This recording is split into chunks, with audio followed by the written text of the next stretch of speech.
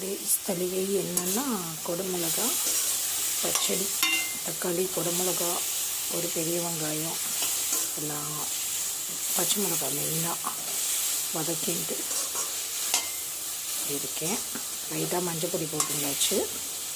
4 பச்சை மிளகா போட்டிருந்தேன், 3 குடமிளகாவுக்கு, 2 தக்காளி, ஒரு பெரிய வெங்காயம்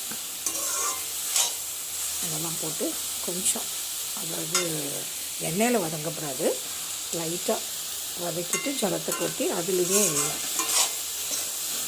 நல்லா தளிகளாகிற மாதிரி வேக வைக்கணும். பச்சடிக்காக கொஞ்சம் புளி ஊற போட்டிருக்கோம், அதாவது ரசம் பண்ணுற அளவுக்கு குட்டியாக போட்டுட்டா போகிறோம்.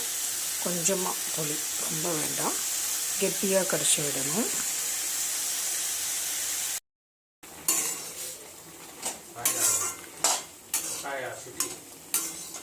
போயிட்டோம் இப்போ கொஞ்சம் ஜலம் சேர்த்துட்டோம், புளி ஜலமும் கரைச்சி குத்தியாச்சு. இதுலேயே நல்லா வேகட்டும். லைட்டாக சால்ட் போட்டுண்டாச்சு. அப்புறம் வெந்த பருப்பு சேர்க்கணும். இதில் மெயினே தான், கொஞ்சம் மலர்ந்தாப்பில் இருக்கணும், குழைய வேண்டாம்.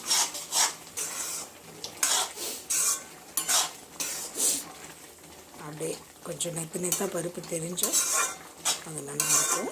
அதனால் குழைக்காமல் அப்படியே வெந்த பருப்பை சேர்த்து லைட்டாக சிம்மில் ஒரு கொதி வந்தோடனே ஆஃப் பண்ணி சர்வ் பண்ண வேண்டியதான். ரொம்ப டேஸ்ட்டாக இருக்கும். பிசைஞ்சு சாப்பிட்லாம், சாதத்துக்கு தொட்டுக்கலாம், ரசமுக்கு, மோர் சாதத்துக்கு தொட்டுக்கலாம். குழந்தைங்களுக்கு ரொம்ப பிடிக்கும்.